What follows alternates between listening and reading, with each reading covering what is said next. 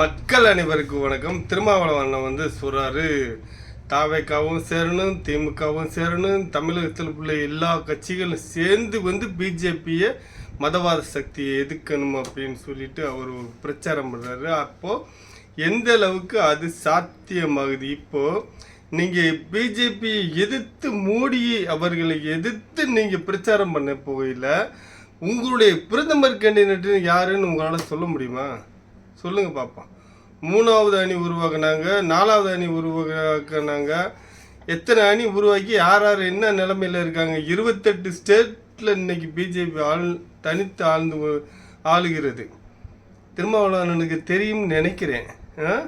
வரும் எலெக்ஷனில் வரும் எம்பி எலெக்ஷனில் நீங்கள் ஜெயிப்பீங்களா? நீங்கள் ஒரு வேலை பண்ணுங்களேன், நீங்கள் தனித்து நின்று எப்படியாச்சும் ஒரு சீட்டு ஜெயிச்சிருங்க பார்ப்போம். ஒரு எம்பி சீட்டு திருமாவளவன்னா ஏதாச்சும் ஒரு தொகுதியில் இந்த முஸ்லீம் லீக் கட்சிகள் இவங்க எல்லாரும் சேர்ந்து தனித்து நின்று நீங்கள் ஏதாச்சும் ஒரு தொகுதியில் ஜெயிச்சிருங்க, கூட்டணியை வைக்காம. இப்போ திமுக வந்து அடுத்து யார் கூட கூட்டணி வைக்க போகுது, எந்த தேசிய கட்சியோட கூட்டணி வைக்க போகுதுன்னு தெரியல. நீங்கள் வந்து காங்கிரஸை வந்து தாவேக்கா இழுத்து வச்சு பிடிச்சி வச்சிருக்கு. இப்போ பிஜேபியை எதிர்க்கிறாரா விஜய் அவர்கள்? வந்து பிஜேபியை எதிர்த்து பேசுகிறாரா? அவர் சூசகமான அரசியல் பண்ணுறார். பிஜேபி தயவு இருந்தால் தமிழகத்தில் நிறைய சாதிக்க முடியும் என்று சூசகமாக அவர் பிஜேபிக்கு ஆதரவு கொடுத்து கொண்டு இருக்கிறார். அதுவும் உங்களுக்கு தெரியும், ஓகேவா?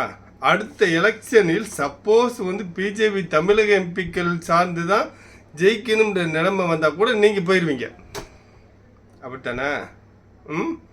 இப்போது பிஜேபி இந்த 40 சீட்டு திருமாவளவன் ஒரு சீட்டு இருந்தால் பிஜேபி வந்து அங்கே பிரதமர் மோடி அந்த நிலைமை வந்துச்சுன்னா உங்களுக்கு வந்து ஒரு பெரிய மந்திரி போஸ்டிங், இந்தியாவிலே இல்லாத போஸ்டிங்கு, துணை பிரதமராக கொடுத்தா நீங்கள் போவீங்களா, போக மாட்டீங்களா? சொல்லுங்கள் பார்ப்போம். மதவாத கட்சி எதிர்த்து நீங்கள் நிற்கிறோம்னு சொல்கிறீங்க. இன்றைக்கி வந்து திமுக தோற்று போச்சுன்னு சொல்லிட்டு நீங்கள் இந்த பக்கம் வந்துட்டு நாங்கள் எல்லோரும் ஒற்றுமையாக இருக்குன்னு சொல்கிறாங்க. வைகோவன் என்ன சொல்கிறாரு, அவருக்கு நோபல் பரிசு கொடுக்கணும் திருமாவளவனுக்கு அப்படின்னு அவர் சொல்கிறாரு. உங்கள் கான்செப்ட்லாம் என்னன்னு யாருக்காச்சும் புரியுதா?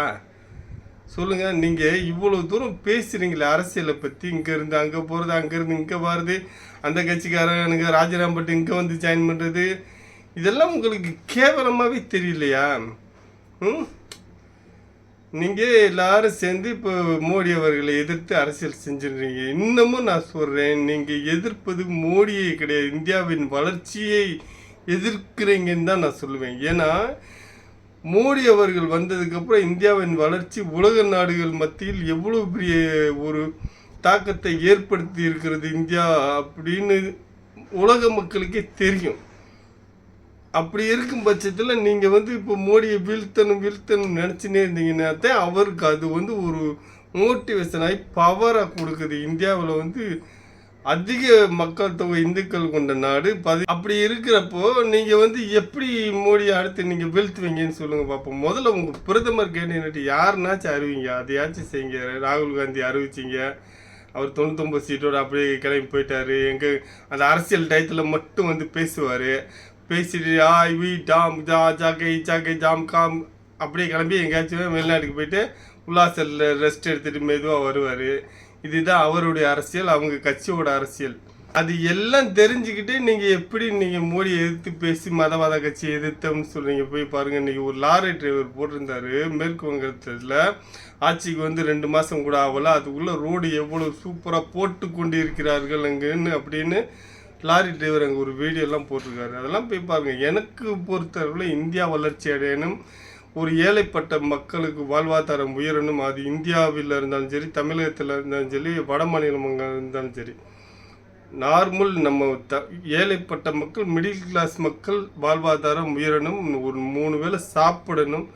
அது நடந்தால் யாருக்கு வேணாலும் நாங்கள் ஆதரிப்போம். அந்த மாதிரி நடக்க வேண்டும்.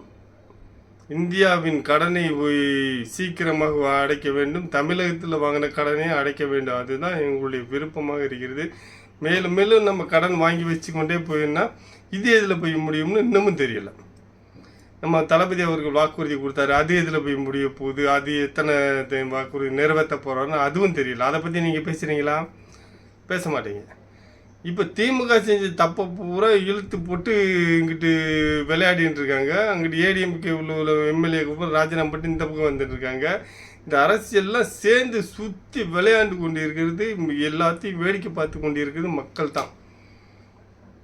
எல்லாத்தையும் வேடிக்கை பார்த்து கொண்டு இருக்கிறது மக்கள் தான். கூடிய சீக்கிரத்தில் இதுக்கு ஒரு விடிவு காலம் பிறக்கும். யார் அரசியலில் நிரந்தரமாக இருக்க போகிறார்கள் என்று என்னை பொறுத்தளவில் திமுகவுக்கும் அதிமுகவுக்கும் மாற்று கட்சிகள் இங்கே வேண்டும் என்று எதிர்பார்த்தது நான் ஒருத்தனும். அது விஜய் அவர்கள் வந்தார், ஜெயித்தார். அது யாருமே குறை சொல்லக்கூடாது. ஆனால் நீங்கள் அதில் போய் சேர்ந்துக்கிட்டு நீங்கள் திரும்பவும் புண்ணாச்செடியில் குதிரை ஓட்டிட்டு இங்கே ஒரு டிஃப்ரெண்ட்டான அரசியலை நீங்கள் திணிக்கக்கூடாது. மதவாத கட்சி பிஜேபி, மதவாத கட்சி பிஜேபி, இதையே சொல்லித்தேன். விஜயகாந்தா ஒழிச்சிங்க, இப்போ ஸ்டாலினை ஒழிச்சிங்க, இப்போ விஜய் அவர்களை ஒழிக்கிறதுக்கு வந்திருக்கீங்க. பொறுத்திருந்து பார்க்க இந்த அரசியல் எதை நோக்கி போகிறது, இந்த அரசியல் இப்படியே நீடிக்குமா, இல்லை அடுத்து ஸ்டாலின் ஜெயிச்சவொடனே அந்த பக்கம் தாவி நீங்கள் ஓடுறதுக்கு ரெடியாக இருக்கீங்களான்னு பொறுத்திருந்து பாருங்கள். ஒன்று மட்டும் நினச்சிக்கனே, ஒரு நாளைக்கு இந்த நிலைமை மாறும். மக்கள் யோசிப்பாங்க, நம்ம ஏன் பிஜேபிக்கு ஓட்டு போடக்கூடாது அப்படின்னு யோசிக்கும் நிலைமை கூடிய சீக்கிரம் வரும். இன்னும் 5 வருஷம் 10 வருஷத்துக்குள் வருதா இல்லையான்னு மட்டும் பாருங்கள். அப்போ நீங்கள் மூஞ்சியை தூக்கிட்டு எந்த கட்சியை பக்கம் போய் சேர்ந்துட்டு எங்கிட்டு ஜால்ரா அடிக்க போகிறீங்கன்னு அப்போ உங்களுடைய நிலைப்பாடு தெரியும். இப்போ நீங்கள் யார் ஜெயித்தாலும் அந்த பக்கம் மாறி மாறி நீங்கள் போயிட்டுறீங்க. ஒரு நாள் மக்களிடத்தில் பிஜேபி மக்களுக்கான கட்சி என்று ஒரு நாள் தெரிய வரும். ஏன்னா நான் பிஜேபிக்கு சால்ரா அடிக்கிறவங்களாம் கிடையாது. மோடி எனக்கு பிடிக்கும், அவர் கொள்கை கோட்பாடு எனக்கு பிடிக்கும், அவர் இந்தியா வளர வேண்டும் என்று நினைச்சு கொண்டிருக்கிறார். அவர் கொள்கை எனக்கு ரொம்ப பிடிக்கும். அதனால் நான் மோடிக்கு சப்போர்ட் பண்ணி பேசுவேன். மற்றபடி எனக்கும் பிஜேபிக்கு சம்மந்தம் கிடையாது. ஆனால் பிஜேபி மக்களுக்கான கட்சி என்று, ஏழைப்பட்ட மக்கள் வாழ்வாதாரம் உயரும் என்று ஒரு நாள் மக்கள் யோசிப்பாங்க. அன்னைக்கு நீங்கள் என்ன பண்ண போகிறீங்கன்னு பார்க்கலாம். நன்றி, வணக்கம்.